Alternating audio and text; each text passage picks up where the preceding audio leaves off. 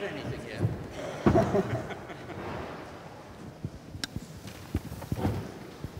Good evening. Good. My name is Betty Ann Hedges, and I'm. Can you hear it? They were going to start it for me. Okay? Thank you. Good evening. My name is Betty Ann Hedges, and I'm the president of Stratford's Canadian Federation of University Women. On behalf of CFUW and the Stratford Arts and Culture Collective, I welcome you to 2022 Matters, Stratford's Mayoral Debate. Welcome to beautiful Copperlight. Please now mute your phones. Please note the exits, and the bathrooms are down at the back. And also, there are cards available for you to write your questions. Raise your hands, a card will come to you. When it's complete, raise your hands and someone will collect your card. Now let us remember, it is our great privilege to share in the lives and the stories of our Indigenous peoples on this beautiful land, the site of thousands of years of human activity, much of which has been the work of Indigenous women who have maintained cultures rich in knowledge, history, skills, environmental stewardship, and governance. We are grateful. We acknowledge that the land we stand upon today is the traditional territory of the Anishinaabe and the Haudenosaunee and the neutral peoples. Today, many Indigenous peoples continue to call this land home and act as its stewards. And this responsibility extends to all peoples to share and care for this land for generations to come. And that brings us to tonight. I'd like to introduce our moderator. She is one of Stratford's best-loved moderators. Pat Quigley was the Director of Education for the festival for over 30 years, and we are pleased that she agreed to be with us tonight. Pat. Thanks. Thanks, Betty Ann. Thanks very much. I'd just like to add my thanks to Betty Ann and the University Women's Club and to the Stratford arts people who both groups invited me to be part of tonight, and I appreciate it a great deal, so thank you. And I'd also like to welcome you to a stimulating evening of political discussion at the grassroots level. What could be better than for all of us to get together and share democracy and democratic process, a precious commodity that is very rare in the world today, unfortunately. But here we are. So without further ado, let's get started. I'm going to introduce the mayoral candidates, but I'm not going to read an introduction. I'm just going to I have research to reassure you, and indeed they have submitted bios to me, but I'm just going to try to wing it and show you how they're connected. This is my theme for the evening, is how we're all connected one to the other and share in a responsibility to, as Kathy would say, live, work, and play in a safe place, a city like Stratford. So I noticed when I read Kathy's resume that she grew up on a farm. And then I noticed that Martin Ritzma also grew up on a farm. And I thought, oh, there's a connection. And then I noticed that Martin continued to farm and, of course, chaired the Agricultural Society for a number of years as part of his love for farming. And I noticed that Kathy gardened and continued to garden. Now, I thought about land and I thought about Rob and thought, well, Rob Ritzma has been an architect and has been involved with planning and land use for many, many years. It's also interesting to me that Rob, in his early career, drove a city bus for Stratford. So he's come a long way, baby, as you might say. He started small, but he grew his business. And I thought, oh, all three people have a love of this city in common. Born and bred, Rob was. Martin moved here, and he's then met his wife at Northwestern Secondary School, so she's very glad that he did move here. And I assume Martin is as well. And Kathy moved here about 19 or 20 years ago because she thought Stratford would be a great place to raise her children. So they're all family, strong family people, all three of them. 2 grandfathers and 1 mother who, fortunately or unfortunately, depending on your age, I guess, and your point of view, isn't old enough yet to be a grandmother. But that's in her future, I'm sure. She'll get there. They also share its values of committing themselves to working for Stratford, which is why we're all here tonight. They've all three of them been committed volunteers in any number of ways. I first met Rob at a Rotary Club meeting where he was a member, and I know, of course, that Martin has been a volunteer for all kinds of organizations, including fundraising, which is really hard to do. Kathy, too, volunteered all over the place until city councilor. She became a city councilor, and she had to slightly cut back on that part of her life in order to devote herself to the city and to being on committees. Speaking of being on committees, both Martin and Kathy have been on countless committees with the city. Kathy has been a city councilor for 8 years, Martin for 12. So they've got lots of experience about being on committees, but chairing committees both in government and reaching outside of government, outside of the city, to other communities and to other bodies that are interested in what we do here in Stratford. Kathy's been interested, for instance, in water and done a lot of work in that area. So all three have that in their background: commitment to Stratford, to caring about people who live here and about the community they live in, to the land. I think all three are pretty connected to the land and care about the land a great deal. And all three know about how the city works. Rob knows about how the city works because you find out really quickly as an architect how the city works. When you design houses or try to get houses or hotels built and you have to appear before city committees, you perhaps learn about the city more than you want to, but you certainly learn about it, and Rob has done due diligence in that area. So we are lucky tonight, I think, to have a group of candidates running for mayor who are excellent. They're exemplary candidates, and for the first time, too, we don't have an incumbent in the mix. So there's an opportunity. It's like breathing fresh air. Nothing against Dan, who is mayor forever, but just the fact that you now have this opportunity to choose from three candidates in a way that you don't have when there's a really popular incumbent as part of the package. I suppose the other thing one should mention is their educational backgrounds, particularly for Martin, since education is so much a part of his story. But Martin was a teacher, an administrator for many, many years. Kathy got her PhD in biochemistry and worked in that field with new drug research, technical writing, and consulting work.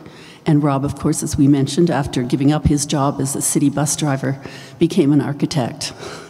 So all three have that sort of education level as part of their story as well.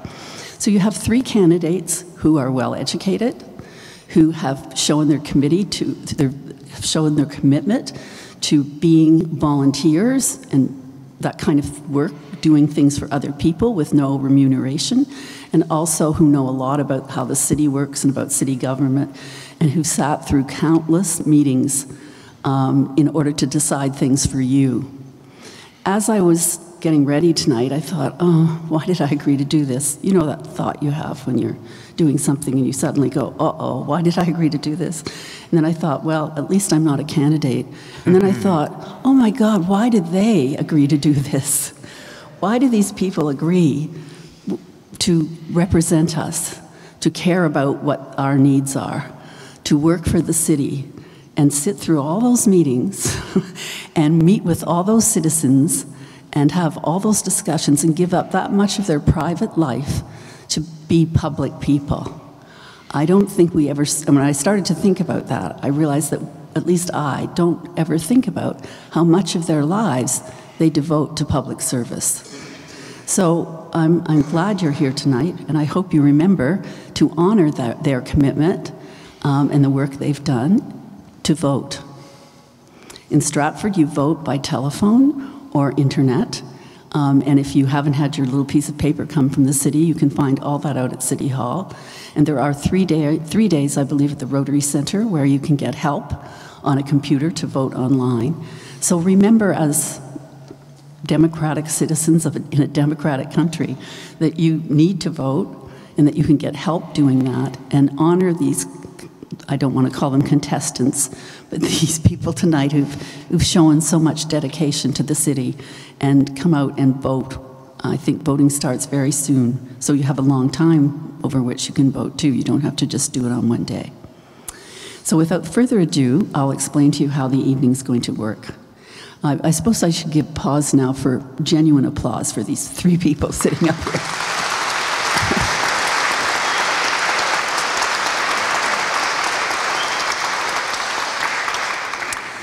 So I have 4 questions, 2 questions from each organization, which I will pose to the candidates, and then they will answer them. Each candidate has 3 minutes to answer the question, and then they have a minute at the end of the first question to rebut or add anything else they want to.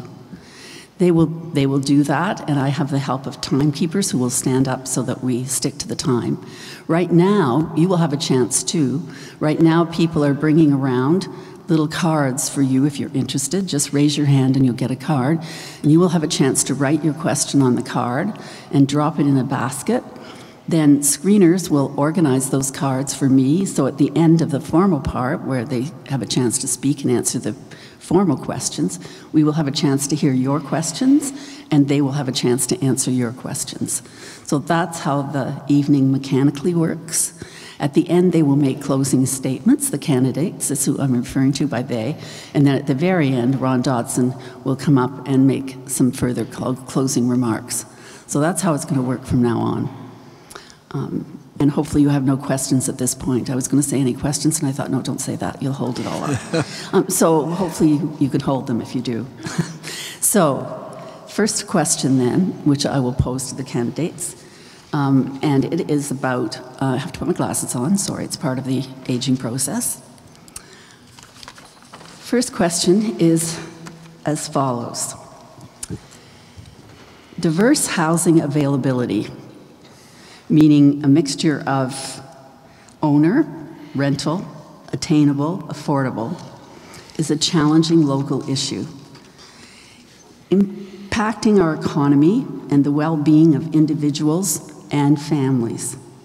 What are your specific plans to address this situation? So I'll start by asking Kathy, who's sitting next to me, and then we'll move to Rob, and then we'll move to Martin. Good evening, everyone. Safe, affordable, attainable housing that is appropriate to the family that is living there is it is an important issue. It is a local issue, it's a provincial issue, it's a federal issue, it's a global issue. And I think it's an issue that requires an all-hands-on-deck approach. It's not either or, it's all. And I think the first thing we need to do is the official plan for the City of Stratford is coming up for review, and we have to take a really good look at land use and how we use land, and making sure that we actually put in place the policies that allow for infill intensification, allow for more of that missing middle housing. We have to start to think about how we don't grow into farmland and we grow within our built boundary. I think the second thing that we have to do is we have to look at city-owned land and see how we build more rental housing like we did on Britannia and more city-owned housing. And I think that is one way that we can actually create mixed housing that includes both attainable and affordable rental housing. And I think the other thing that we have to do is we have to continue to work with both the province and the federal government to actually get more funding for affordable housing projects, whether they're within the private market or city-owned land. The other thing that I think we have to do, and it's almost a separate section, is when we're dealing with housing and homelessness, we have to understand that the Housing First strategy requires wraparound supports for people who are actually chronically homeless. And that means we have to also work with our healthcare partners and different agencies to ensure that once someone gets housing, they can retain that housing, and they do so because they have all of the supports that they need.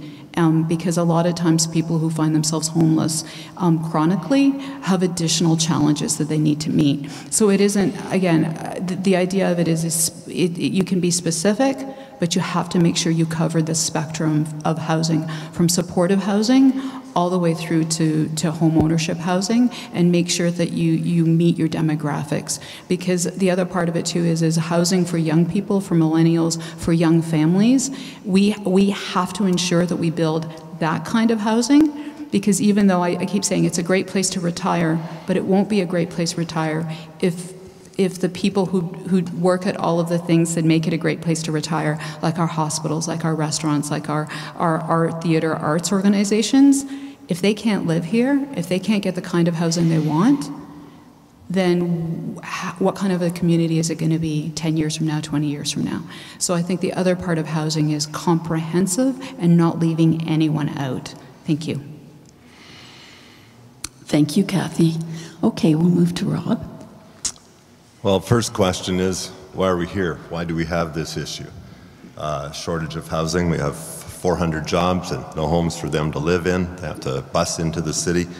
And we've had an opportunity in this city to, with our city lands, to do more with it. We built the 2 buildings on Britannia Street, but we sold the remaining 12 acres that could have been ours for more housing, immediate housing, which is what we need right now.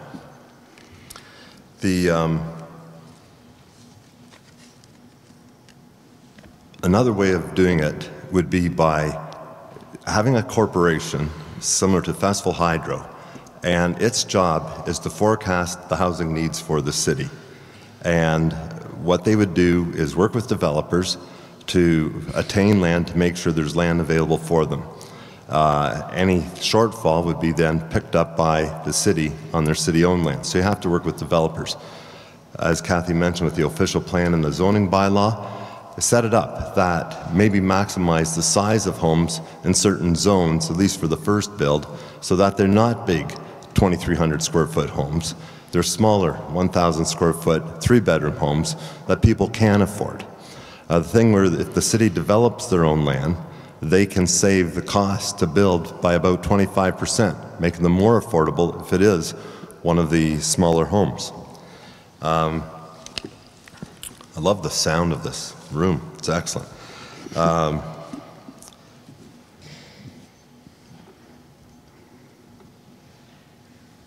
And I guess that's pretty well it. I addressed my points. Okay, Martin. Thank you very much. And certainly, as was noted very early on, that this is not a Stratford issue. It is not a province issue. It's a global issue. Housing is an issue that cuts across all sectors, all communities. And certainly at AMO this fall, we heard this from municipalities to the government, to both the provincial with some direction to the federal government as well. When I go visit schools and I ask high school students, what's your biggest dream and what's your greatest fear? They'll say, my biggest dream is to own my own home, and my greatest fear is never being able to get there. And that's reality.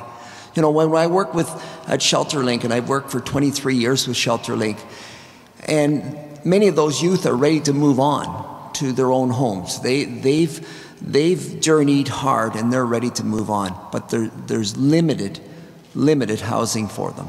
And if it is there, it's out of their price range. So it's about partnerships. We need to come to the table. Currently we're working with a provincial grant, and we're working on an attainable housing project where we come to the table with engineers, we come to the table with a consultant, we come to the table with, as a city, with land that we own.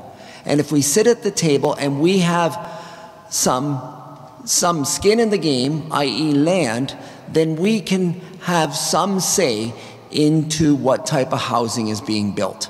Because we know men and women that are into the development game, housing game, are building for profit. And no criticism, but that's their game. Being at the table with money, being at the table with partners, we can have a say in what type of housing we need. Whether it's wraparound housing for those individuals who need that 24/7 care. Whether it's that smaller footprint of 800 to 1,000 feet that a person that wants to leave their family home but doesn't want to go to a retirement home, leaving room for another family to move into. We can bring those needs to the table and build those homes that are required in our community. So it's a made in Stratford approach. I know the Stratford Social Services had made 2 great applications to our federal government for the 10-year housing without success, because the number of communities that are looking for those dollars are great, and the amount of money is limited. So we need to, and we do have the capacity to work with places like United Way to come up with an made in Stratford approach to this problem. Thank you. Thank you, Martin.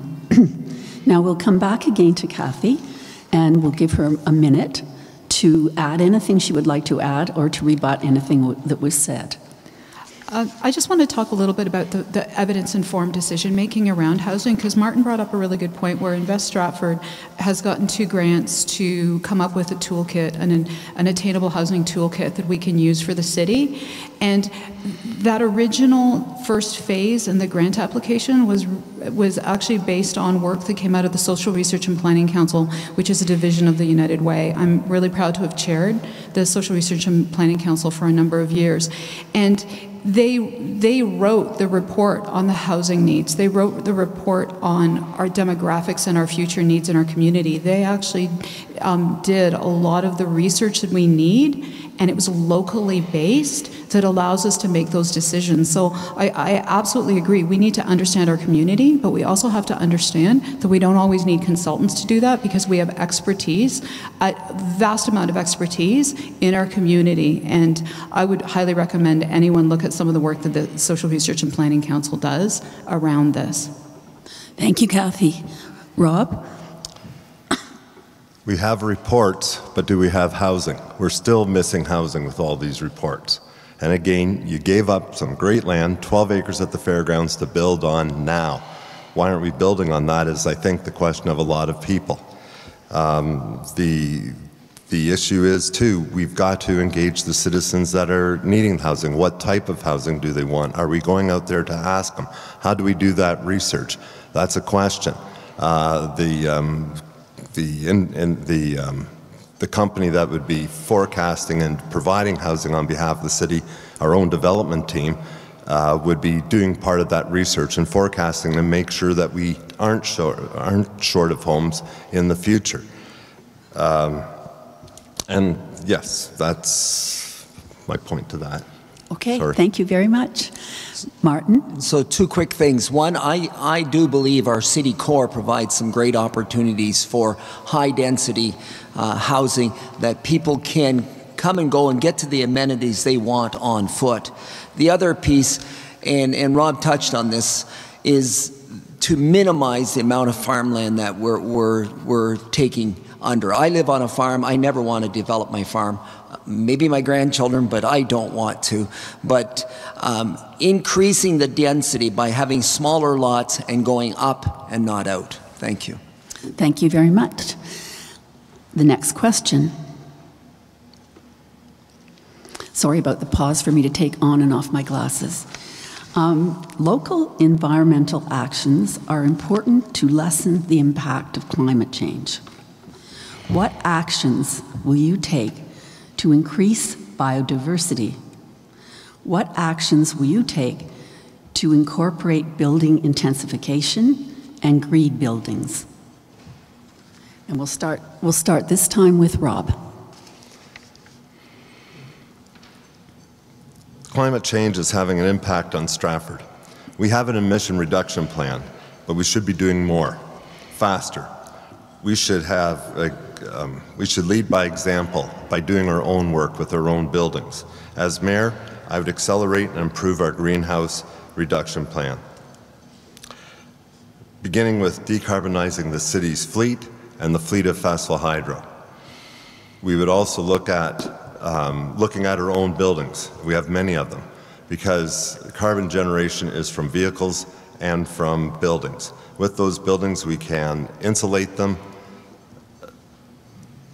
to provide HVAC systems that are sustainable, place solar panels on the roof so we go off-grid, that they can self-sustain. We can have a more efficient bus system to where we do have ridership that uses the bus, have safe streets where pedestrians can walk and bikes can ride safely with bike paths. And the other idea is to look at Festival Hydro as a possible generator of power, where they spearhead the idea of having solar panels on people's homes, and they manage it and harvest that for us so we can go off-grid eventually in the city. The respect to, and in my world, the heritage aspect is the best way to work with existing buildings is to insulate them, repurpose them so we have more uses within them or more people within them, and leave them up. Again, working with this, we should talk to the people to find out what they want and the best way to approach it. Okay, thank you, Rob. Martin? So, a great question. This is the most pressing issue on our earth. What are we doing about the environment? And I think it has two aspects to it. One is, what are you doing as an individual? And I'll speak, and it's what you're able to do as an individual financially as well. I'll speak to some of the things that I'm doing, not indicating that everybody should be able to do, but within your capabilities, what are you doing? And certainly, a number of years ago, I think almost 20 years ago, we put in geothermal. And I often wonder how much oil we've saved and not burnt and emitted into the atmosphere. We are set for a 20-unit solar panel on our barn. If that comes to fruition, we're at net zero. We have bees, simple things as bees.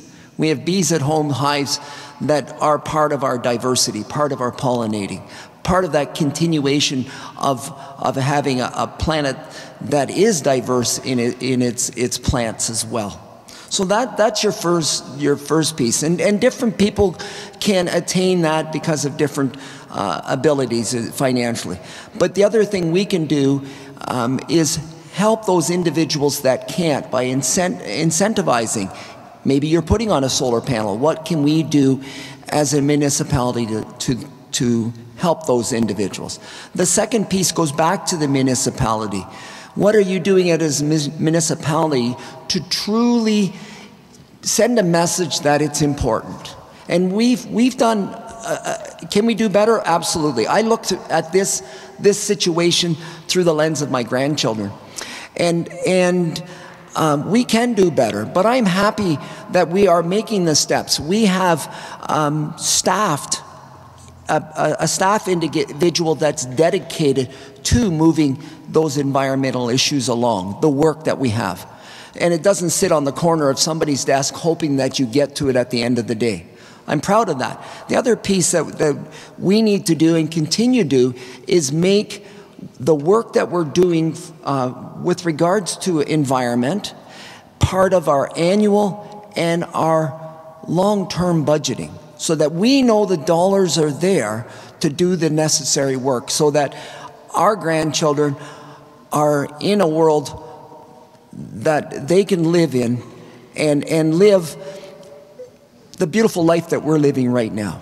And so that's the lens. So it's individual and it's municipality. You know, I look at the Cooper site, for example, where we're going to restore that building instead of taking it down and impacting the climate by demolition. So many things we can do, starting with the individual all the way through to the municipality. Thank you. Thank you, Martin. Sorry. That's fine. Kathy? So I'll start with talking about biodiversity, because I think that's a really interesting thing where we have a lot of parkland in the city that we grow a lot of grass and we mow a lot of grass. And I think what we have to start doing is something called wilding. I noticed that City of London, UK does it, New York does it, where you cut a lot less grass, you let a lot more things grow, you plant a lot more trees, and you create biodiversity by using the parkland that you have. And it's a really fascinating idea, and it really does actually help with climate action and biodiversity. And the other part of it is we also have city-owned land that isn't parkland, but is also not used for things. Like we have, the city of Stratford has buffer zones around the landfill site that could easily be actually planted with trees. It could be wilded as well. It's land that is there and could actually increase the biodiversity that we have. We have industrial land that sits under hydro corridors that cannot be built at all, but you can do things like hydro panels or even actually additional biodiversity. So there's a lot of ways that the city can start to look at the way that it's managing the green space that it has to ensure that you're increasing biodiversity. And pollinator pathways, this is the concept as well of how do you actually ensure that pollinators have a way through the city and through the urban space. And so that's, I think, something that we can absolutely do and we should be looking at doing. But I think that's also a bit about public education, because a lot of times if we don't cut grass, people don't think we're doing the job, but maybe we have to have the conversation around why we're not cutting the grass and why it's important. In terms of green initiatives, I honestly think the city needs to lead. I'm really proud of the fact that the Britannia second phase is a net zero build. I think that any new buildings that we build should be net zero, and any renovations we do to buildings should maximize the reduction in greenhouse gases of our own buildings. We should also actually continue to work on green building standards and advocate to the province very seriously to actually include those in the building code so we can actually have some teeth when we actually start to talk to developers about these things and low impact design. But I think the biggest thing that the city can do in terms of a holistic approach, again, is budget. When we spend $125, $130 million a year, we need to add a climate lens to that spending. If you buy a vehicle, is it as green as it can be? If you're doing renovations on a building, can you put a green roof on it? Can you do, what are you doing? I think that it's the budget where the city council, right, because it's not operational, it's at that city council level. The budget is where we make the biggest impact. And asking all city departments to put a climate lens both on the operations budget and also on the capital budget is how we do the job that we're supposed to do in terms of meeting our climate goals. Thank you. Thank you, Kathy.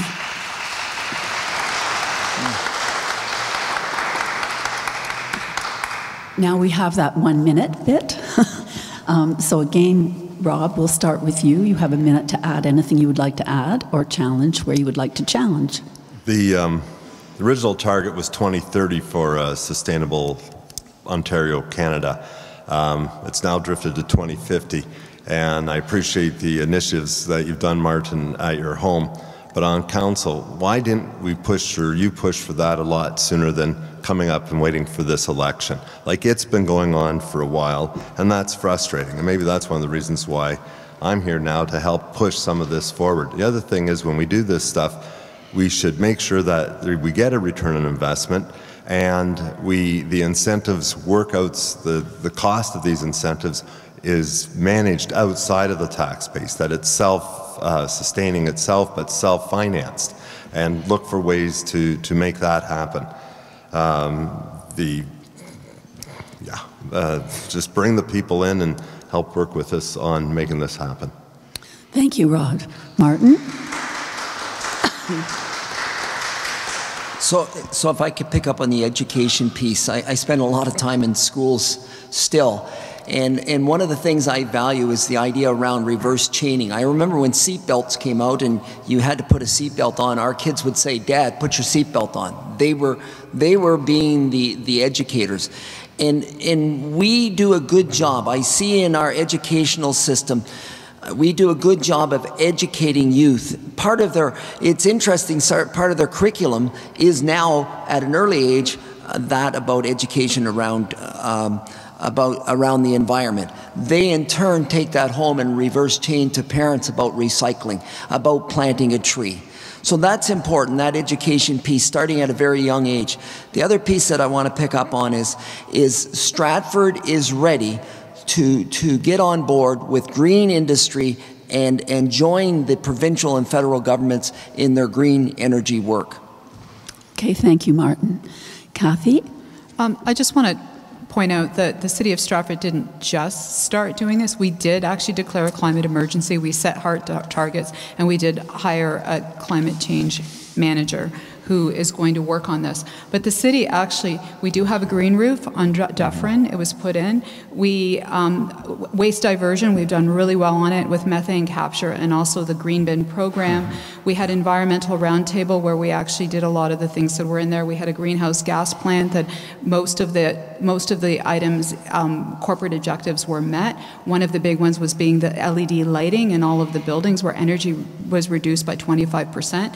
It isn't, the fleet, the city fleet is already being electrified and being converted. We have our first electric Zamboni, which was bought 3 years ago. I think we know what we need to do. We just need to do more of it and faster. Bingo. Thank you, Kathy. Okay, next question. Everybody can take a breath for a minute if they'd like to. What is your view about how thriving community-based arts and culture thriving community-based arts and culture section can contribute to Stratford's success in economic, social, and cultural terms?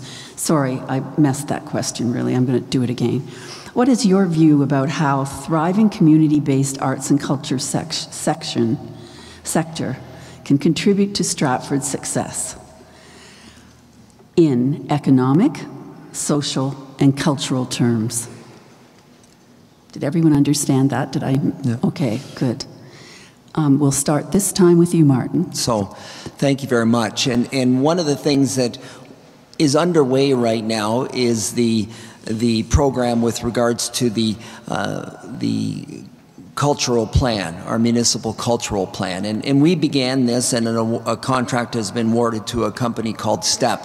And they are in their third phase of the project. If you were involved in any of it, downtown Stratford and along Lakeside Drive, they did surveys of individuals, both visitors and people that lived in Stratford, about the value of art and culture in Stratford. They did those surveys. They followed up with a number of workshops. I was happy to be proud of one of the workshops at the trying to think of the word. I can't think of the word. Art Museum, and thank you. And I was proud to be part of that. And once again, they were drawing from people what they thought was a good next step in putting this program into place. And certainly, I'm not an artist, and I'm not a dancer, but I value what it brings. I value what it brings to our community, and certainly we see the true fruition on the great scale of our festival theater, but I see what it does in the smaller community activities as well. Puppet shows.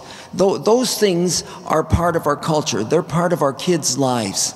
And those kids grow and develop those skills, and it makes us who we are as humans. That art piece is so important. And so, do I value it? And can it become part of our economy? Without a doubt. But equally as important, what it brings to our culture in our community and what it brings to our human lives. Thank you, Martin. Kathy? So I just want to talk a little bit about the STEPS work that was done. It was done through the BIA, and it was for their public art plan. So it was very specific to public art, and they ran through it, and the Business Improvement Association, Downtown BIA, they will have actually a plan about creating public art in the city core, which is fabulous. The separate part, the municipal cultural plan, the culture plan, is about to be launched There is the same steps group is going to do it. It's going to start with actually looking at all of our assets and then going out to public consultation. It starts at the end of October. Please participate, because a municipal culture plan works because it's place-based planning, which means we have to understand our community, we have to understand what our community needs, everything from the arts activities that our children do and the Kiwanis Festival or the Children's Theatre Festival or dance, all the way through to what the festival brings to us. And it encompasses the entirety of our cultural assets and what people do.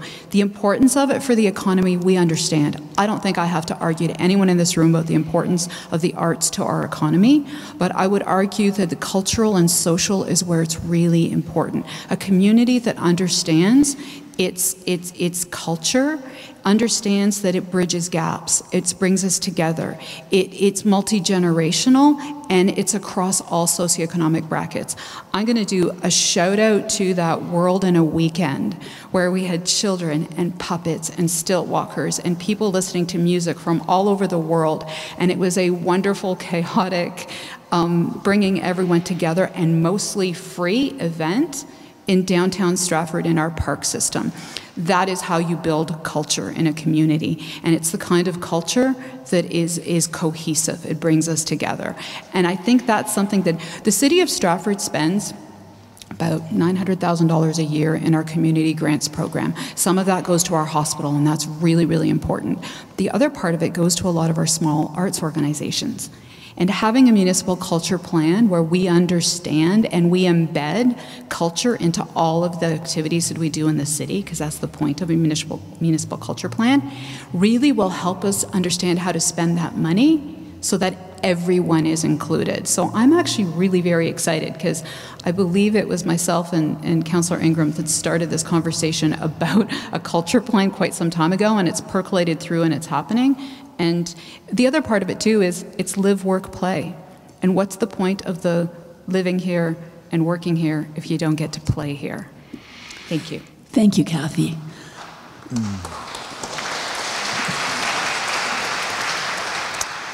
Rob? Stratford is filled with visitors and citizens that are interested in arts and culture and the arts and culture. We're very fortunate with the festival as making us, in my mind, the cultural capital of Canada. But we have Stratford Summer Music is another strength with respect to culture. Gallery Stratford is working for us in that respect as well. We've got great architecture in this town that people like and look at and actually are attracted to move here because of what we have in that heritage value, as I call it, in this city. We have an opportunity of the Grand Trunk Shops as culture in a way, in that it is a building that I refer to. It's a monument of Stratford's history, and we should be doing more with it. And that might be the spot where we pull the arts and culture together by beginning with some sort of display of what was in that building previously and what our city's past was all about. Again, another museum in this city, but a passive museum. We have people, and go to the people is to find out. A couple councillors talking about it. What about the people coming to council with an idea? Let's listen to those, because there was a guy called Patterson who came to Stratford, or to Stratford Council with an idea, and it turned out great. The public art concept that I've been part of, a few of their workshops, it's great. My idea with that, or my concern with it, is that it's self-financing, or they get their financing through sponsorship, and that as the art fades, there's a plan to manage it. Again, maybe too much in the weeds on that one.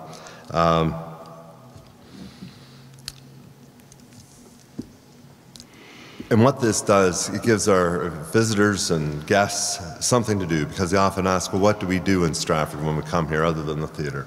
And that gives us options. Another one that's sort of culture is food. We've got a great restaurant industry with amazing foods, which is, again, part of that larger package.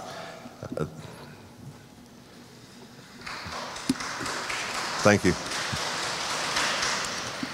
Thank you, Rob. Okay, this is the 1 minute round. We'll start with you, Martin. Okay, so a couple of items that I want to share. We live in a beautiful community, a community that is made up of industry, agriculture, and culture. And we are so blessed. And when I think about the greatest levelers that we have in society, one is education, two is the healthcare system, and three is the availability and access to culture. And we have all three of those here in Stratford, and we are certainly blessed. One of the pieces that, moving forward, as this project unfolds, we need to, and we will, the project will unfold. We need to find locations for our local artists to display their talents. And that's something that we have a bit of a disconnect with right now. We have a number of artists, but they need a home. Thank you. Thanks, Martin. Rob? Oh, sorry, Kathy. I went out of order. Pardon me. So I'm reading the room, and I may be off on this, but I think one of the things also that we have to is not limit ourselves. Because one of the things is that we don't actually necessarily provide music and art and access to different kinds of music and art for young people. So I think, music, we've got everything from the concert band to the symphony, but also having space for music that young people may enjoy, although there's a classical musician right there, so I shouldn't say all young people don't like classical music. That's not what I'm saying. I'm going to get in trouble for that one. But I think we actually have to start to actually expand and accept change. Street art is great art. We have to start to accept all different kinds of music, and how do we promote all different kinds of music? The Cooper site could be a great place for all kinds of concerts and all kinds of music, and I think we have to look at that youth demographic and really ask them what they want as well. Mm-hmm. Thank you, Kathy. Okay, next question. Oh, I forgot Rob. Pardon me, Rob. Oh, sorry. no, it's okay. I should have just jumped right in. Yeah, you should have. You should have jumped in. It's all yours. As Martin said, we're blessed in this city to have what we have. And the trick is to keep it. As we grow as a city, we don't want to lose what we have. And also with the arts community and with what we have, it's going to attract people to Stratford that have like-mindedness in the arts and culture in this city. And that's important to keep it. And as a municipality, we should spearhead it, lead it, work with our citizens to find out what they want and support them. And again, make sure she's self-financed and we get some return on their investment, because these incentives should not impact the taxpayer.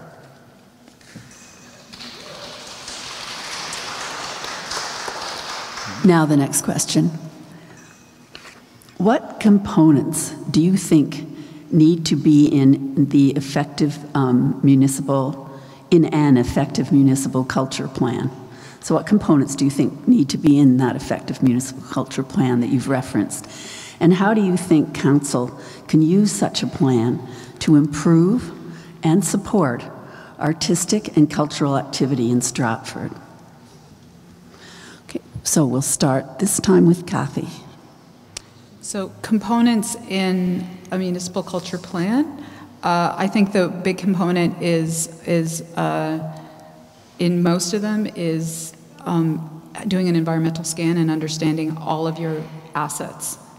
Like the entirety of your cultural assets in your community is an important component to any municipal culture plan. The second thing is that municipal cultural plan should have a very clear vision. A very clear vision that is rooted in the community that it's built for. It shouldn't be a cookie cutter plan that some consultant has done and has just copied over the name of Stratford. So it should be rooted in consultation with the community so that we know exactly, that it speaks to the community in a vision. And I think the other thing, it has to have a path to get where we need to go. You have to embed it into your budgeting. It's back to process. You embed it in the budget. You embed it in all of your other plans. so that your cultural planning is part of everything that you do. It's part of your you know, how you even build transportation pathways. That, you know, if you walk or ride a bike and you walk past public art, that is actually enriching your community. So you have to have a way to embed the culture and the art into the everyday space that people use, rather than just actually concentrating it in different places. So I think that's like that pathway to embed culture and art into our everyday lives, I think is really, really important. And I think that way then people take ownership of it, and it's everyone's plan as opposed to just a narrow group of people. So that would be my quick thoughts on that one. Okay, Rob? Well, this one's a new one for me, I'll say that. The deal, though, is that, and with Kathy, it has to be tailor-made. And if you want something tailor-made, and if you want people to be involved and own it when it's finished, it's to get them involved at the beginning. Reach out to the people. Find out what they want. Because if they're not part of the process, they're not going to own it later. You want people on board with this because it's important for the city, but also that there's ownership and involvement and that they continue to support it afterwards. If money's needed to help finance it after it's the policies, etc., are set up and now being followed. We have to think that through and keep the people involved with it. And that's basically my bottom line. If we're going to introduce something, we've got to have people owning it by strong civic interaction.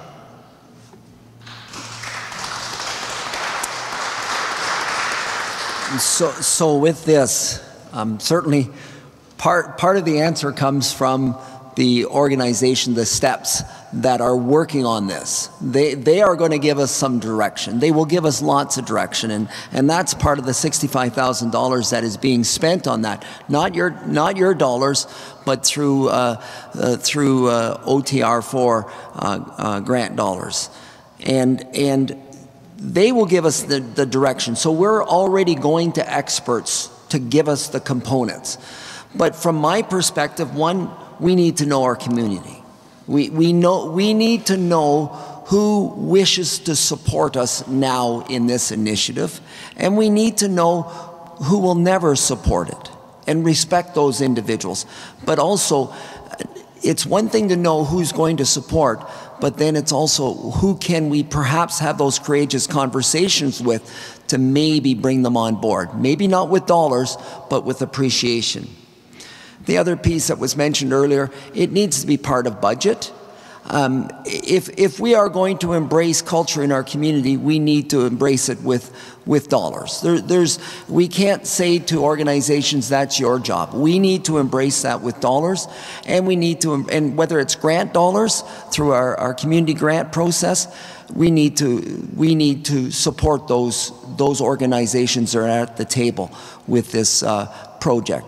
But the other piece we need to do is have dedicated staff to it as well, to see that if we are going through the work of setting this up, if we're setting this plan up, we need to have the staff to make sure that it can move forward so that we don't spend the dollars and it sits. And so it needs to be a project that can embrace the entire community, all ages, from the very youngest to the oldest. It needs to be a community-based and community-driven plan. Thank you. Thank you, Martin. Now the 1 minute round. We'll start with Kathy. Yeah, okay, so I also think that any good municipal culture plan usually has a citizen advisory group, or it has like a culture council. Art count. But one of the things is it can't be the usual suspects. I think you have to ask yourself not who is always there, but who's also not there that you need to do outreach.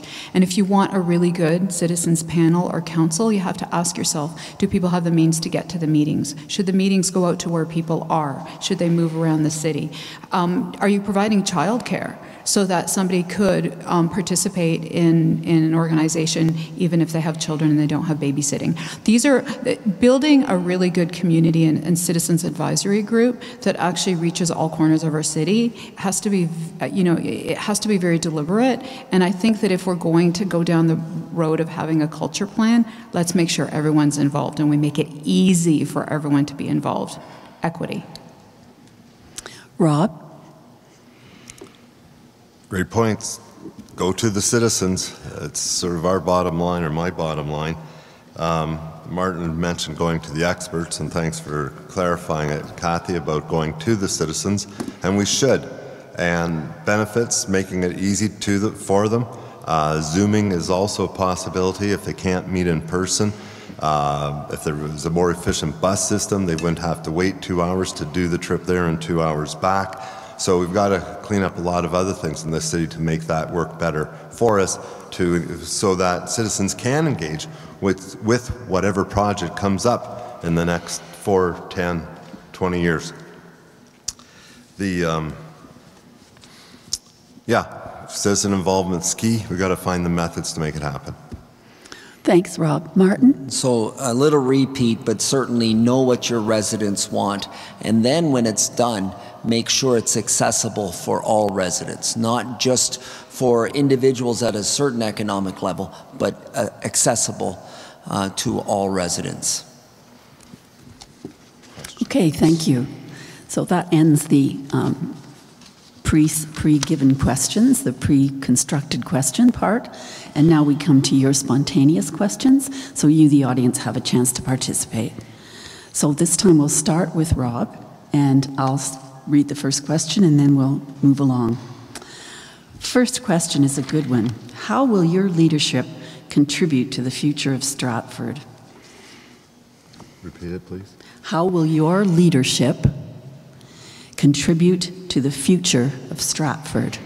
Well, that's a nice question. Isn't it? How would my leadership continue? Part of it is to set up a system that can keep growing and rebuild. We've had an issue with transparency in this city and engagement and a lack of trust at City Hall, and people don't like that. And in order for this city to move forward, we have to get that back. And as your leader, as mayor, is that I do that with my clients on a regular basis. I engage with them. They trust me to work with them and to come together with a project that suits them. And it's that attitude I want to bring to City Hall Council and staff, and that we work together. We're all part of the same team, and we're here for one purpose: taking care of the citizen. It'd be built more of a bottom-up administration where the citizens direct council what to do versus the other way around, and create a we versus a we them, more of an our system of government is what I'm planning to do once elected. Thank you, Rob.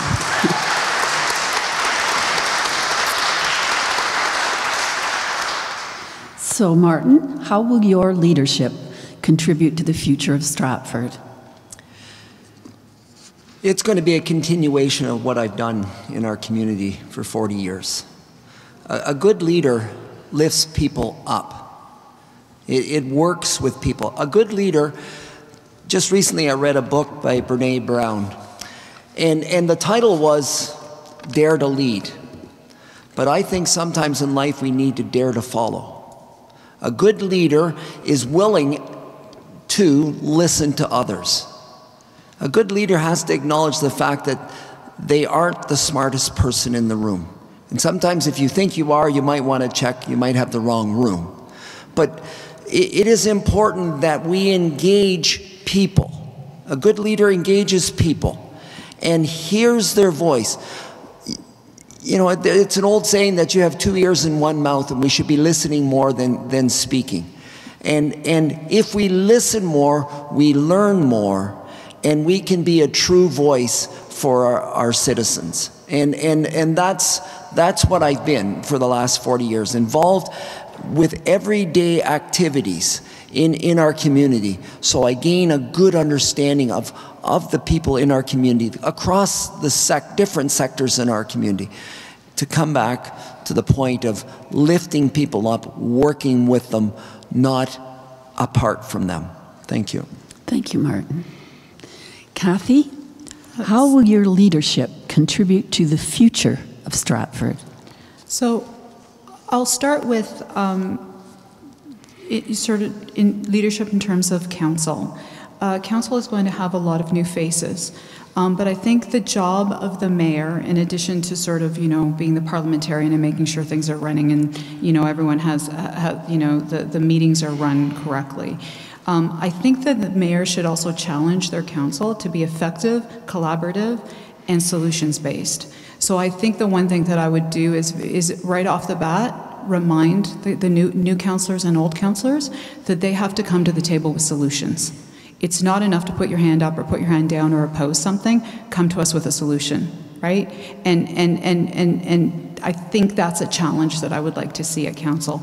I think also that the decisions we make should be evidence-informed, but they should be also pragmatic and compassionate. And so I think we always have to be balancing those things. I think the leadership from the mayor is the voice of council, and I think once council makes a decision, I think the part of the leadership is making sure the public knows how a decision was made, why it was made, and to have sometimes difficult discussions with the community if there's dissent or pushback. Because one of the things that I often say, it's not just our job to listen to who is in the room. Sometimes we also have to ask who's not in the room, right? Who is maybe tired because they're working 2 jobs and they've got a couple kids that they have to get the homework done, and they might have to go over and cut their parents' grass because their parents are older but still living at home. There are people in our community that often aren't heard for any number of reasons because of the barriers that are put up.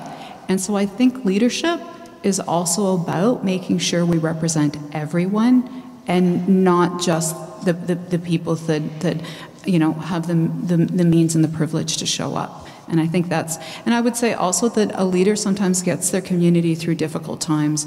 And I would say that as chair of the health unit board, I played a role in making sure that, the public had good information and steady information. And we had, we took an evidence-based approach with a harm reduction approach where we weren't judgmental. And I think that's really, really, really important in communicating with the public. And that public health approach to challenges is really important as well. And that brings a little bit of leadership to the council table that we don't often see. Thank you, Kathy.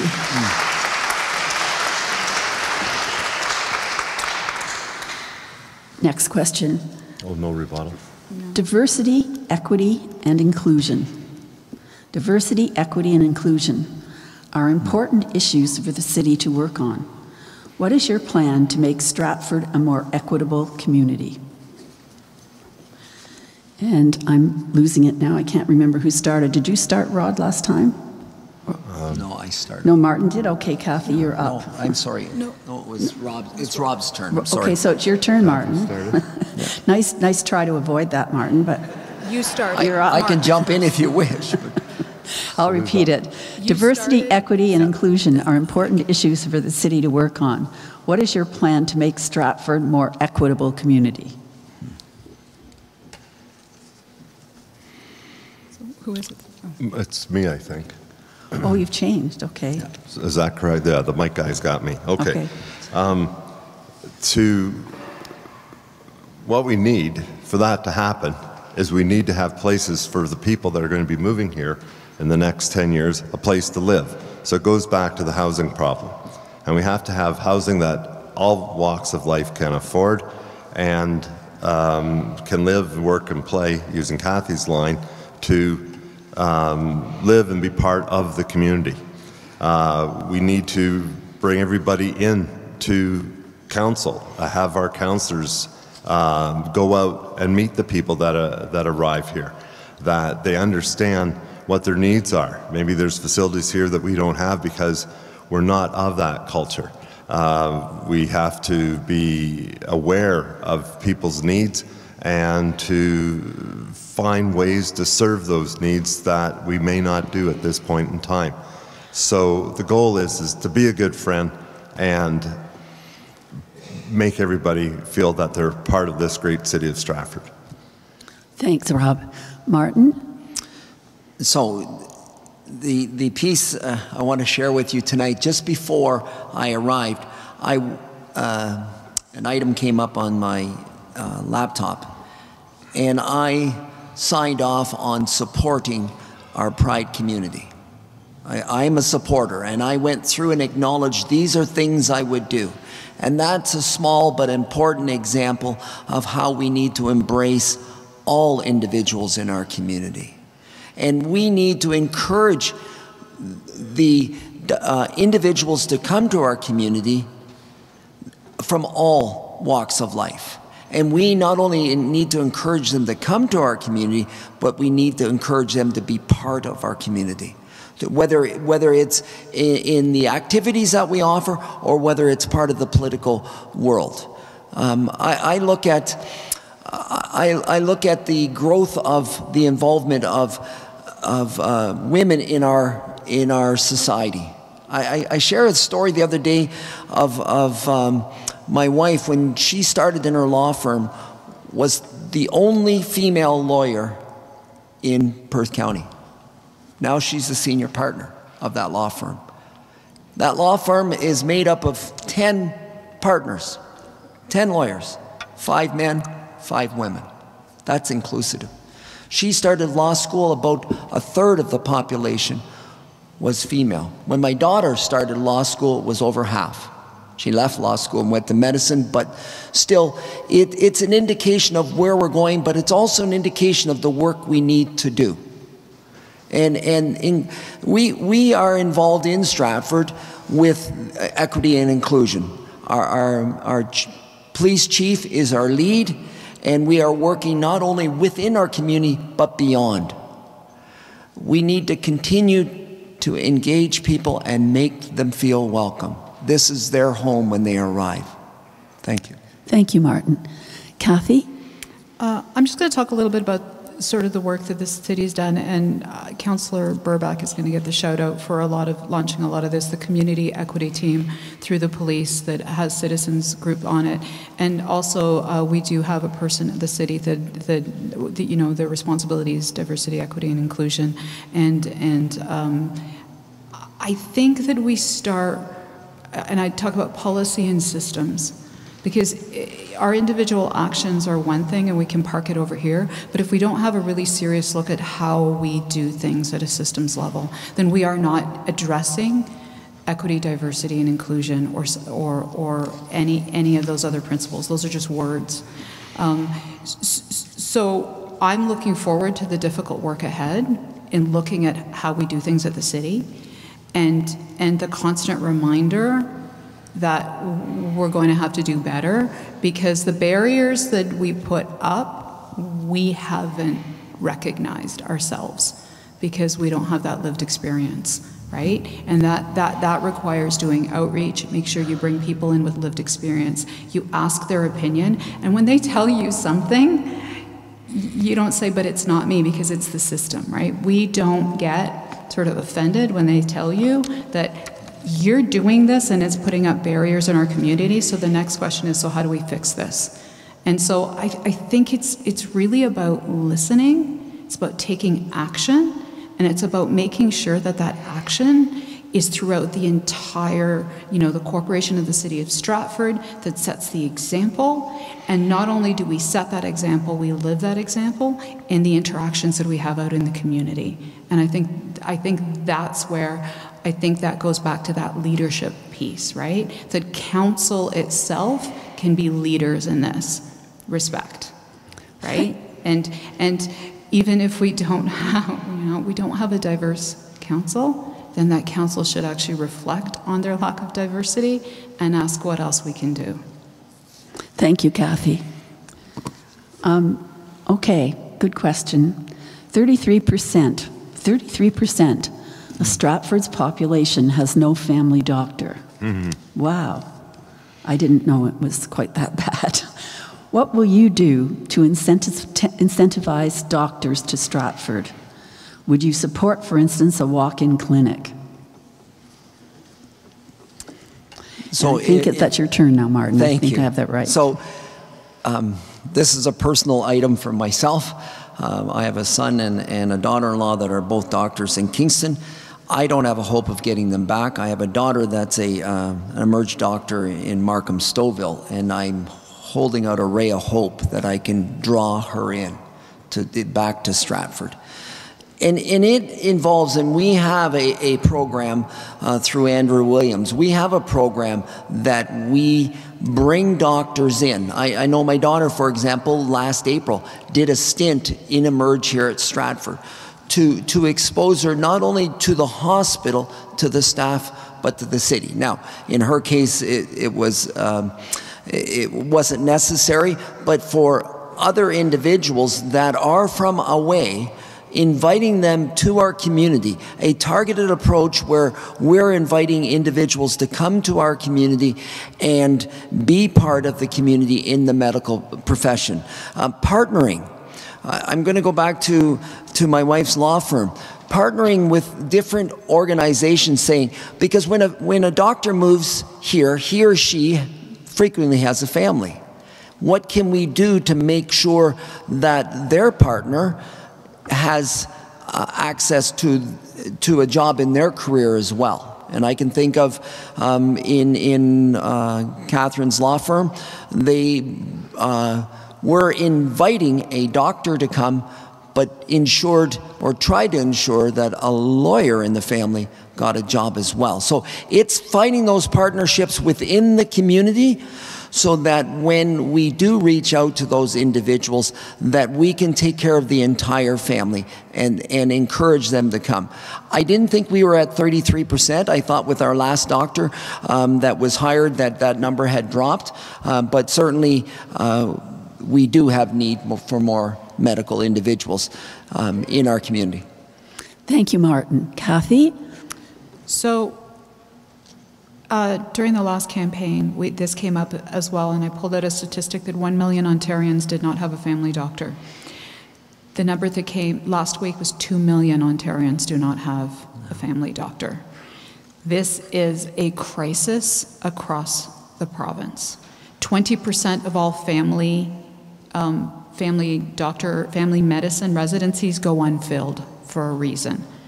There is a serious issue in how the province manages and pays for family doctors.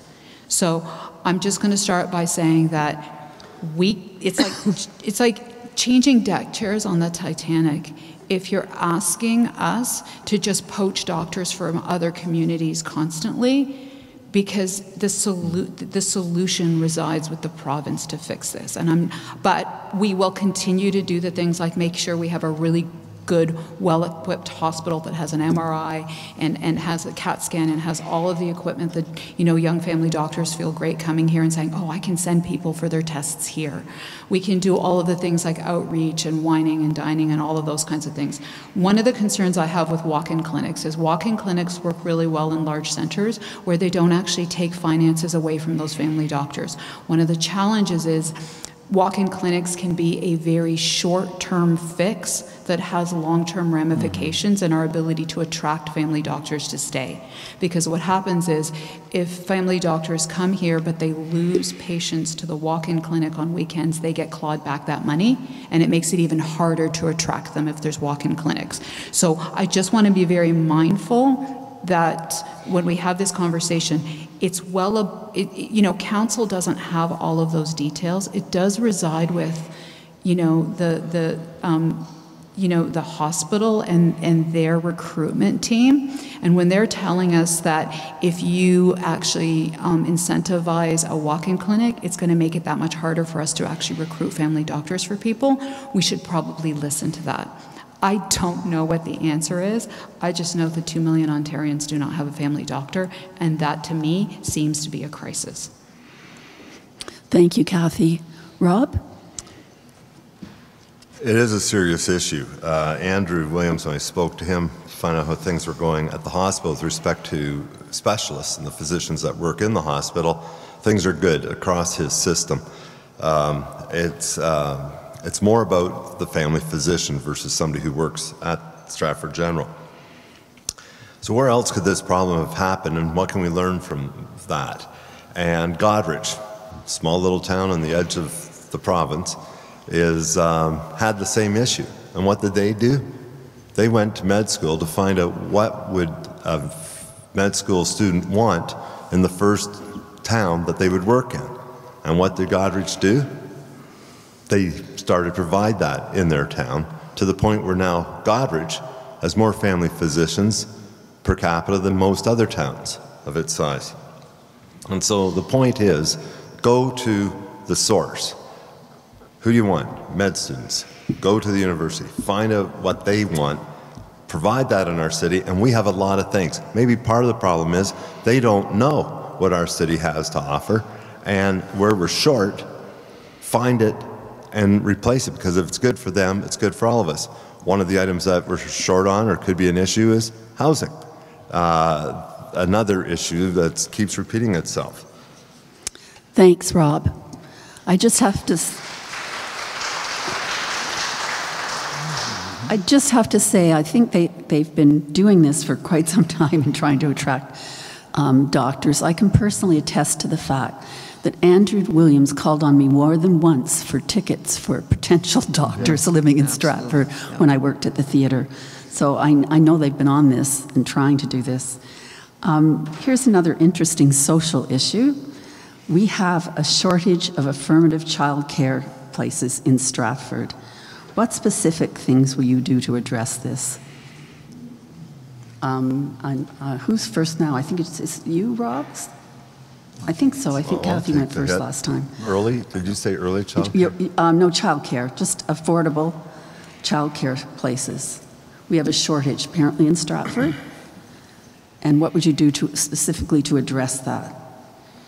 Childcare is important. I have daughter-in-laws and grandchildren that rely on childcare, and it is tough to get into larger institutions in the city. They're both in smaller home atmosphere childcare, which is nice because it's a smaller number. It's better when a cold or a flu or whatever rolls around. It's better managed.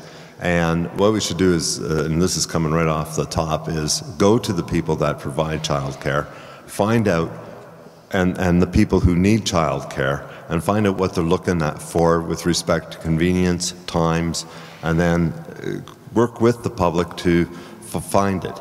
Maybe part of it is zoning to permit smaller childcare facilities in the city that would be permitted in certain neighborhoods when currently they may not be.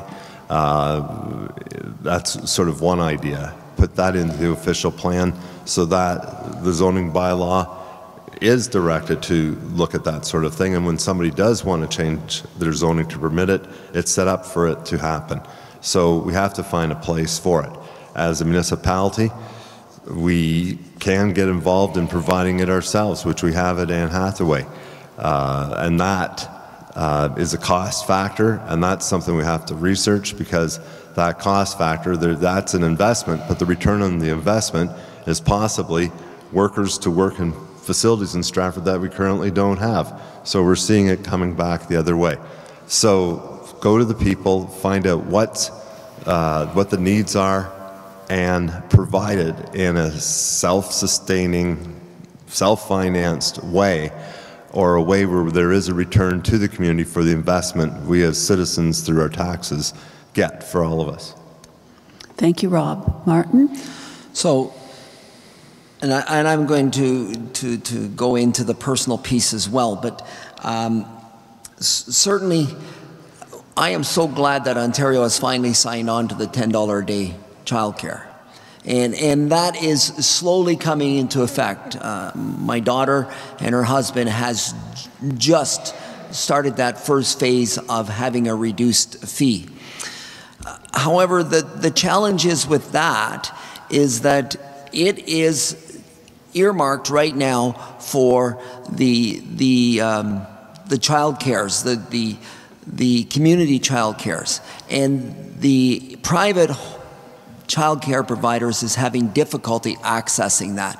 And there needs to be greater access to those dollars so that we can utilize more of the private providers of child care.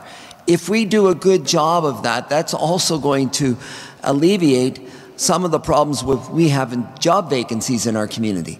We are at the lowest job vacancies in Ontario. I think we sit at 2.9% of unemployment, and I believe the province is 5.8. So if we provide opportunities for mums and dads to work, that's going to take care of that through childcare. It provides some relief for us with regards to all sectors that are lacking employees, and also the other piece it does, we know childcare, like education, is a great leveler. It provides opportunities for children that can have that social experience at a younger age outside of their home. So certainly that $10 a day childcare, we're on the start of it, and we need to make it more available to the private providers as well. Kathy? So it's interesting, the Anne Hathaway Child Care Centre is a very low impact, if any impact, on levy, so it's an amazing thing. I think if the city could actually expand the municipal child care programming, that would be fabulous. One of the challenges, I will say, $10 a day sounds great, but it's like saying we're going to add 100 beds to a hospital. Those beds need nurses. And PSWs and doctors. When we talk about childcare spaces, we're talking about childcare workers and ECEs. They are not going into the program. There are colleges all across Ontario that are offering free tuition, but that they come out and their pay is abysmal, right? I am very, very proud of the fact that the Anne Hathaway Daycare Centre does not actually have low wages. But until we make being an early childhood educator valued in terms of pay, we can talk all we want about how we have to make it available at $10 a day, but you still have to have those people to actually work there. So, and I think that's a really important thing. So my question would be that the City of Stratford not only owns a daycare centre, but the City of Stratford is also the service manager for actually for the provincial programs that actually will impact this $10 a day, right? And the question is, how do we build in a living wage for those childcare workers so that we can encourage more young people to go into the field? Because that is actually how we solve the spaces. Thank you, Kathy. Okay, next question.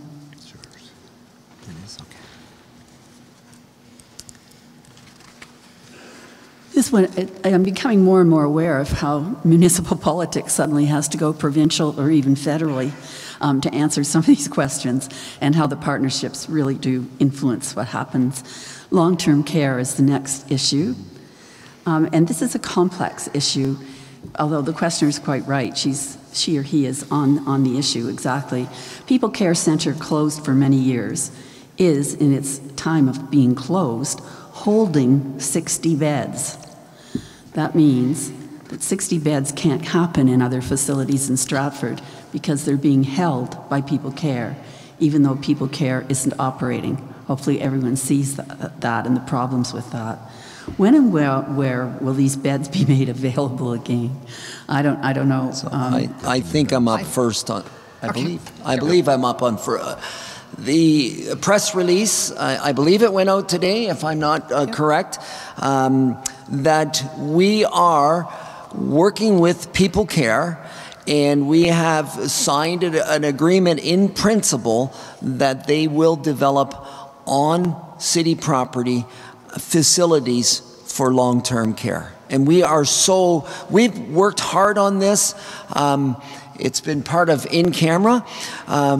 But we have worked hard on it, and I am so proud and Kathy, you've done some great work on this as well, to say to the public, yes, we know it's important, and two, we are ready to work with People Care to provide that generational care, that long-term care that individuals need in our community.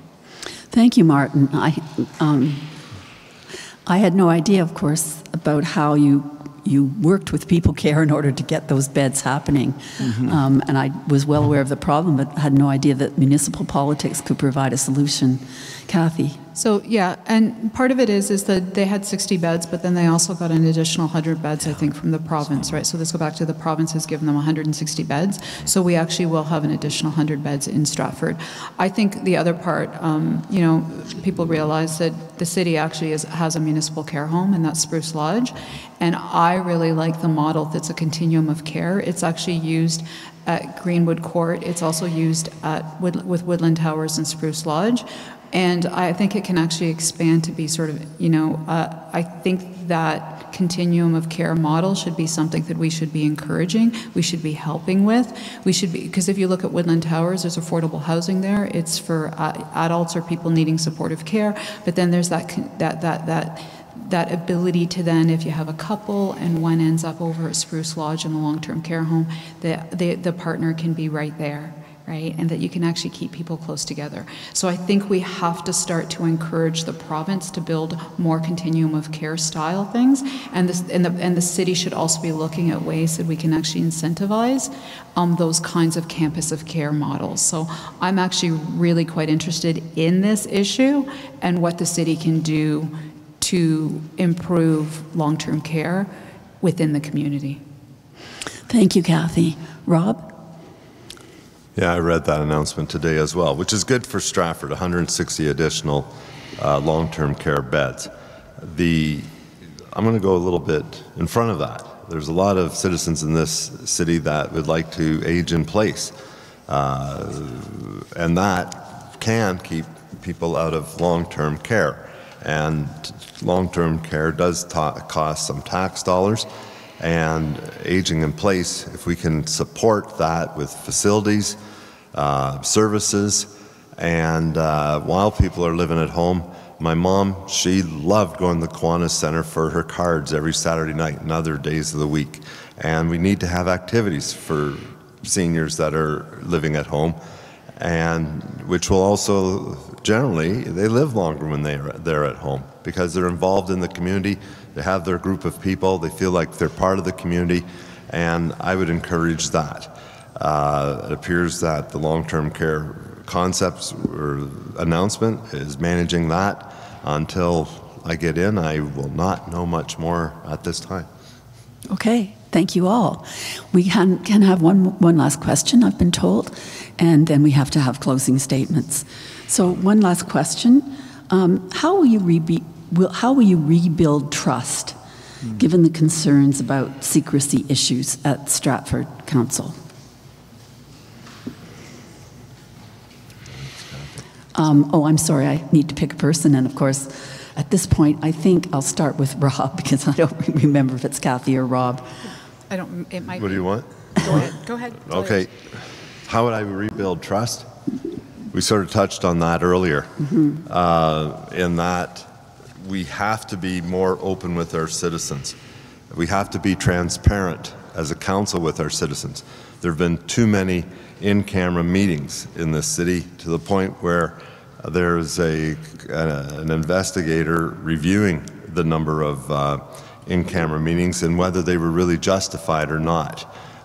We had Martin announced or mentioned that we had an in-camera meeting regarding more seniors beds. Well, how's this stuff come out of the blue without sort of us as a group of citizens knowing that it's coming and that it is being, that council is working on it?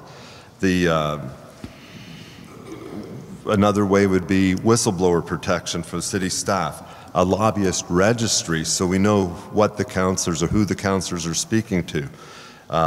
We need comprehensive and accessible recording of votes and all types of meetings. The budgeting should be more transparent and it should be on time. Right now we're 2 years back of audited financial statements. Public engagement, as I said earlier, and I've been repeating, go to the people. Work harder and smarter to get the citizens' opinions on ideas and proposals by engaging the citizens. The citizens are the ones with the idea. And going to them is a lot different than putting out a survey that, well, we did a survey. Well, yeah, how many people answered it, and did you really eye them up face to face? And that's leading into council to allow citizens to access the representatives and the mayor with some type of regular office hours, or where they can be located on a steady basis, like maybe at the market. Other than Martin over there, we could have 2 councillors at the market just to help answer some city questions or issue any issues they have. Another way of doing it is have some type of representation by councillors in maybe their wards or whatever, but that you know who are the 2 councillors you can call in order to get something done. I don't like this on my street. Instead of calling, well, who do you call right now? There's 10 of them. So if you have 2, then you know where it's going.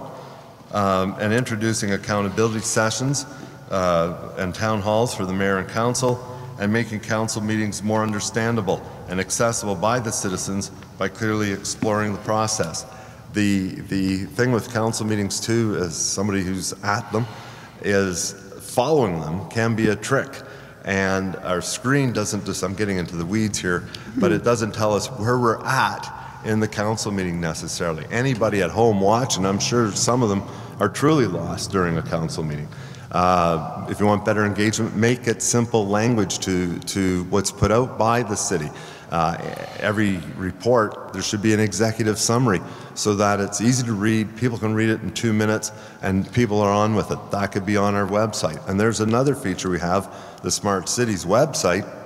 Try using it, because if you just Google X, it takes forever for it to come up. Try finding the zoning bylaw in there. You'll find pieces and parts of it, but it's a challenge to have it all. It needs cleaning up, and if we can communicate better with our citizens, then we'll have better engagement, and there'll be transparency through the process as well. And without that, you don't have trust, and you need to have trust with your city council, because if you don't trust them, as a client of mine would say, what good are they?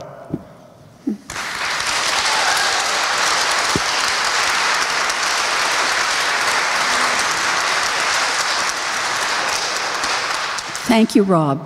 I might just point out to you, if you want to get anything done at the city, you phone the women in the office, and they'll direct you to the right people.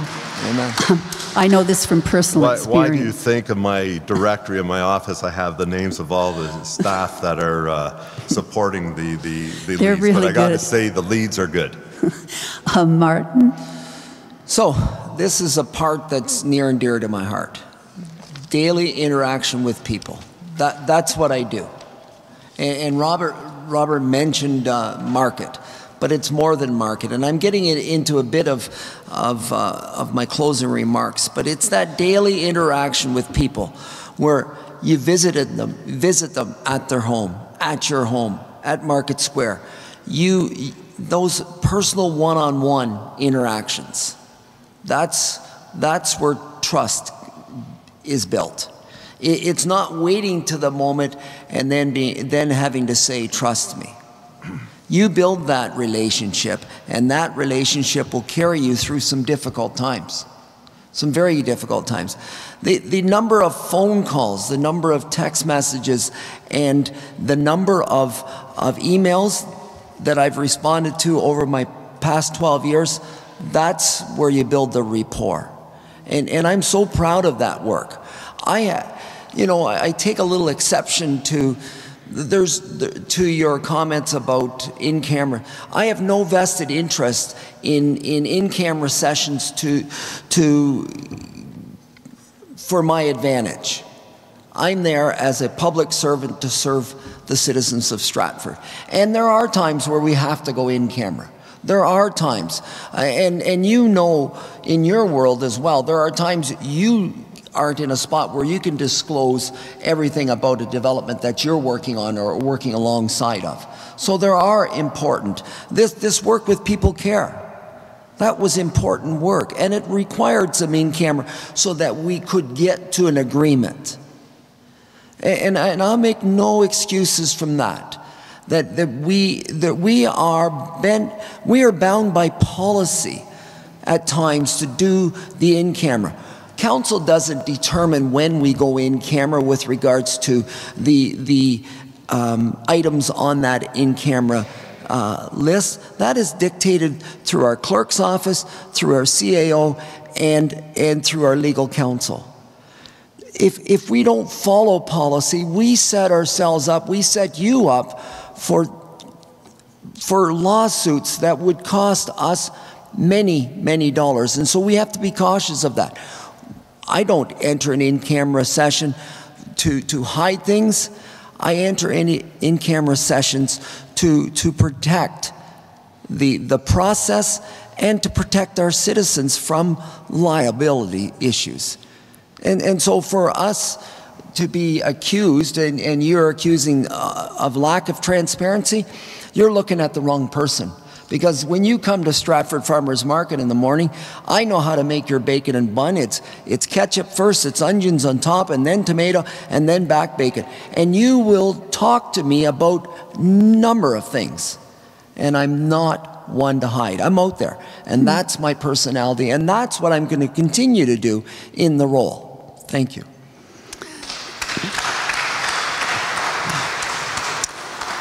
Thank you, Martin. It sounds like you're giving, well, I'm speaking, I don't want to speak ill of the dead, which I'm about to do, but it sounds like you're rivaling Doug Ford for a, best mayor of the world there in terms of availability. I must say, too, I don't know how on earth some of you can do all that you do in terms of making decisions, deciding policies, and going to meetings, and also be available 24 hours a day to the general public. You are to be applauded for that. Kathy? So, absolutely, there are ways that we can actually improve the processes and the procedural bylaw and how we do things, and are there ways to actually do recorded votes for every single vote, so then that you don't have to rely on either looking at a video or people's memories or anything like that. So you should always be looking at your procedures and your policies and seeing, are there ways that you can actually improve transparency and accountability. I want to talk a little bit about, sort of personally from a leadership perspective, what I think would actually work really well. I've had a lot of really interesting conversations with people over the last 11 weeks, and I tell the story because I think it's really instructive. There was a young mother who came along, and I said, I did my typical spiel. Hi, I'm Kathy Vasilakis. I'm running for mayor. Ask me anything. And she stopped, and we had a really lovely conversation about where her kids go to school, the secretary at the school who and we had talk about ODSP rates, we had to talk about housing, we talked about a lot of different things. And then she said to me, she said, "Thank you for stopping me." I said, "Oh, thanks for stopping." She goes, no one's asked my opinion before. And then I realized, that's that piece about who's not at the table. And so we have to take a really hard look at our engagement, because we have bang the table, we have in person, we have had public meetings where people come, and we have roundtables, and there's all kinds of engagement. But you always have to ask yourself who's not there. And how do we do that? And so I think from the mayor's perspective is showing up, going to places, right? Go to places where people are that you don't usually see showing up at council. And I think that would be a really interesting. I like going out and talking to people. But I think the other part is, I like the idea of the mayor putting out, on a regular basis, what was council working on last month, and what's coming up in the next month. Hitting sort of the highlights. We're not going to, not talking about the minutiae or the easy decisions on which front-end loader came in with the lowest price that met all the specifications. I like that stuff, not everybody else will. But what are the really big decisions that we decided, but also what are the big decisions that are coming to council? And I think that would be a really interesting way. And then maybe giving every councillor a turn, in turn, alphabetically, doesn't matter how, a turn to talk a little bit about their reflections on council, either the month before or what's important to them, so that the public can start to actually know their council. I think the other thing that we have to do better is actually remind people of our subcommittee system and our committee system, where people you contact the councillors that are responsible for the area of the city. Now, it's not a geographic, it's more like about expertise. Like, who doesn't know that if you have a question about social services, you contact Bonnie Henderson? Everybody knows that, right? I mean, not everybody, but we need to do a better job of that. But, you know, I get the phone call, are you the little lady responsible for the roads? Yes, I'm Councillor Vasilakos, and I am, you know, Chair of Infrastructure, Transportation and Safety. We need to do a better job of highlighting the councillors that are responsible for different files and who are the more like have more expertise in that. Because I like the system because I get to know, like, you know, Martin and Danielle, they know a lot about heritage and planning. I know about, like, you know, the roads and things like that. And we know who to contact quickly. We know that file. We just need to do better at actually telling people about that system. So, you know, I also think that we do need to have offices for councillors where they can meet with people. I think that's a really important improvement that we've been trying to find space for that, because that would be a really a huge improvement rather than meeting in coffee shops or wherever. And so those are just some of my thoughts around increasing sort of conversations with the public. The other is, how do we get more in-person conversations? I've had people that disagree in the last month, but they're having respectful conversations. They're disagreeing, but they're still laughing, they're seeing each other as people, they're walking away saying, hey, great conversation, have a good day. We need more of that kind of public engagement where people can actually discuss things in person, rather than some of the social media kind of conversations, which inevitably go off the rails, I think, because we're not right there, a person isn't right there. So those kinds of opportunities would be great. Thank you, Kathy. Now,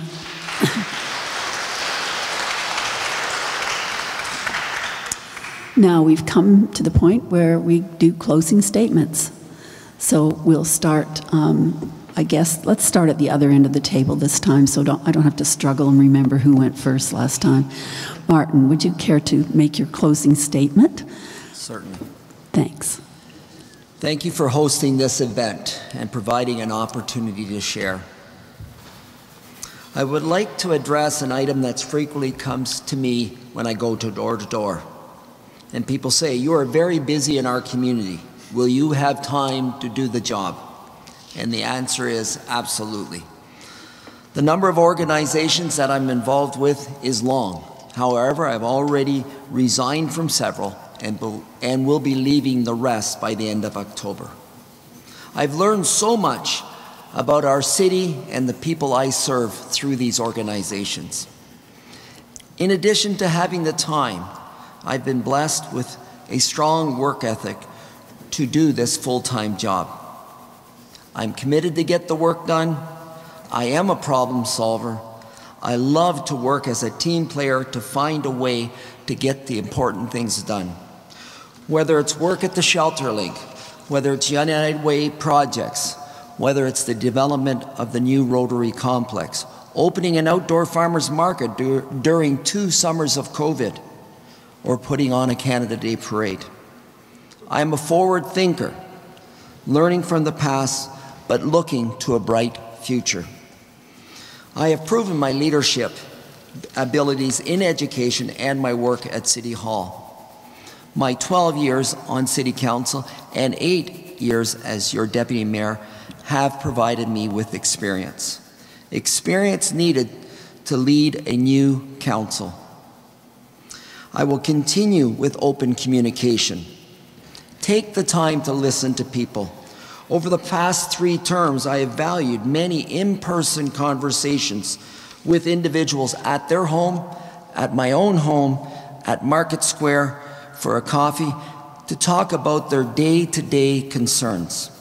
Thousands of telephone calls, texts, emails have allowed me to problem solve and to be a true public voice. Tomorrow I'll begin another platform of communication that I will continue. A weekly Zoom in and talk to Martin, to ask questions, to give advice, and to share thoughts. In closing, simply put, I love to serve unconditionally. Being in this space tonight reminds me of a favorite song, and some of you might know it. We are called. We are called to act with justice. We are called to love tenderly. We are called to serve one another. As Ray Dalio, a global investor that was just at a recent forum here in Stratford, in his book, his #1 best-selling book with New York Times, The Changing World Order, he asks the question, why nations, why communities succeed and fail? And he sums it up with one word: civility. How do we interact with and support our neighbors? As your mayor, I want to continue to grow a Stratford that is a compassionate, caring community where civility is valued, a community for all. I invite you to visit my website, martinritzmaformayor.ca, for more information. Thank you very, very much for this opportunity.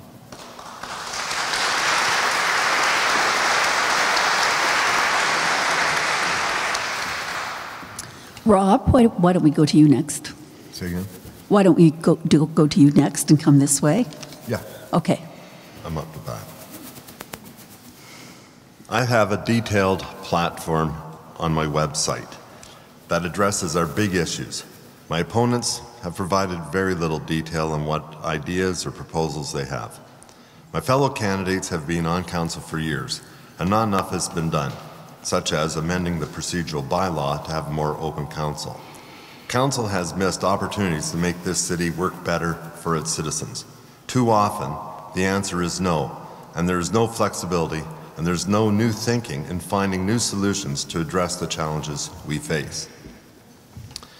We have seen numerous citizens groups created in the last few years as a response to the lack of trust in this council and the lack of progress in issues like affordable housing, climate change, responsible development.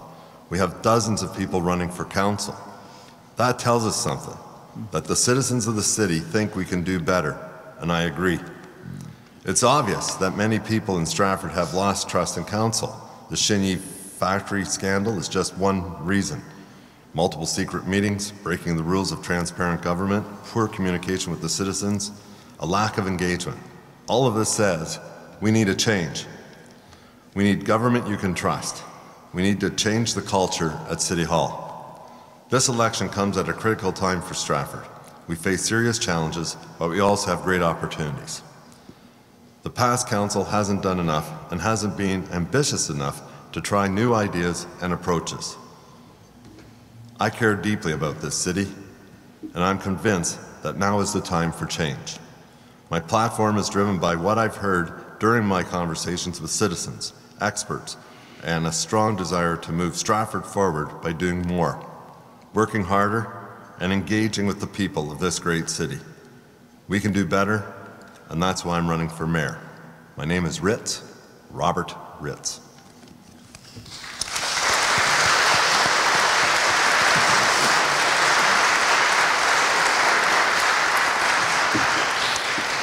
Thank you, Rob. Kathy? So I'm just going to start by saying I followed instructions and didn't bring anything written. So I'm just going to be the scientist in the room. I'm going to like math, and I'll end with a discussion around the Venn diagram of live, work, play. So, you know, does everyone remember in school where we did the Venn diagrams? I know, and as parents we tried to figure out what they were. So we have live, work, and play. And I think that every decision we should make at council, and we should underpin it with the UN Sustainability Goals, which are how you build high quality of life in your community that leaves no one behind.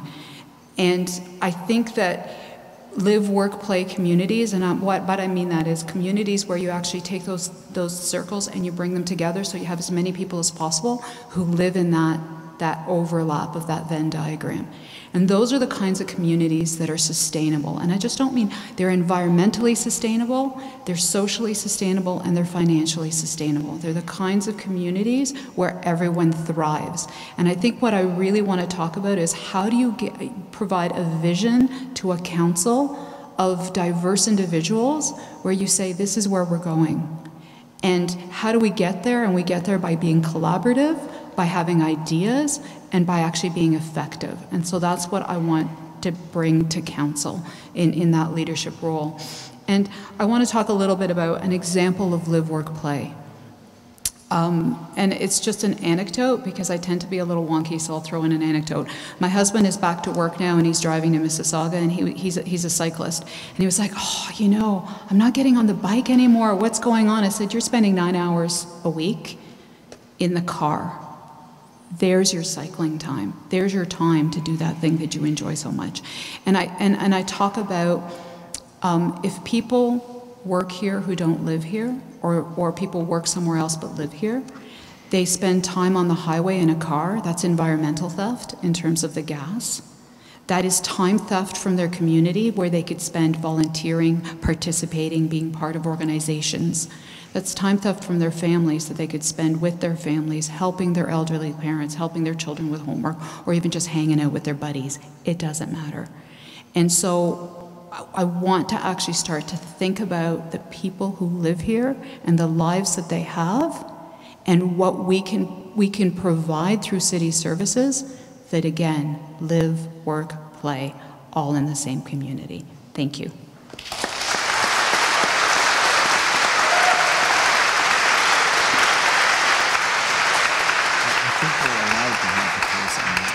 Thank you, Kathy. And of course, it would allow your husband to spend more time with his wife, too. He didn't spend 9 hours in the car. Okay, so I'm now going to turn this over to Ron Dodson, who's head of one of the groups that organized tonight. While I do that, I just want to, because I'm not sure how many of you know this, because I didn't know it. I was just vaguely aware of it. Stratford, this is Stratford's committee, Arts and Culture Collective, that was the group that put this on. And you're sitting in a space right now, Copperlight, which was really created by this committee's hard work over several years, working through an agreement to make this space available for performing artists, but also for nights like this. And did you know there are over 30 arts organizations and individuals in Stratford and the environ that are part of this group? And who even knew there were that many community-based arts groups? So I want a special thank you to both the University Women's Club, who's been bringing, one has to add quickly, people to Stratford relating to arts for years, and this group tonight. Thank them for doing all the work they did.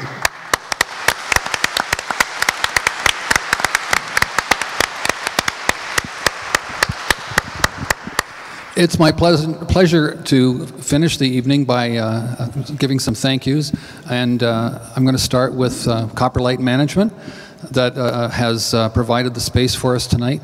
Pat is absolutely correct that there are more than 30 arts groups in Stratford, plus many, many dozens of individuals who will benefit when this space is fully renovated to make it a more usable space for those groups.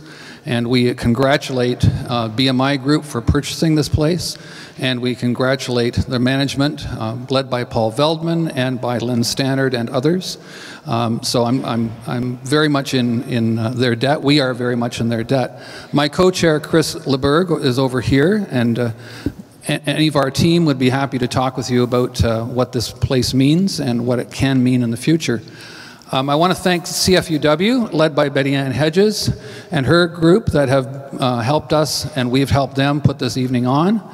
I want to thank the moderator, Pat Quigley, who has graciously accepted the role of moderation.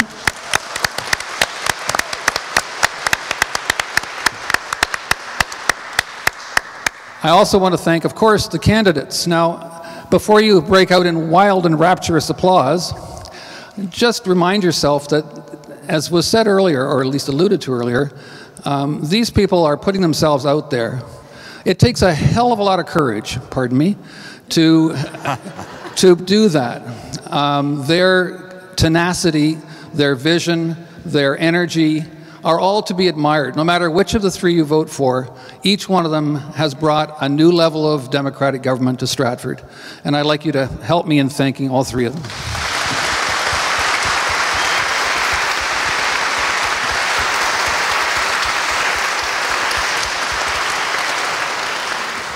And lastly, thank you to you.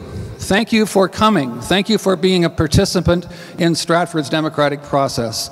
And we hope that no matter which of these three candidates you vote for, or any of the candidates for council who are also scattered about the room, that you do it in a thoughtful way, that you do it in a considered way, and that you do it, of course, with the good of Stratford in mind. Thank you very, very much for coming. Safe drive home.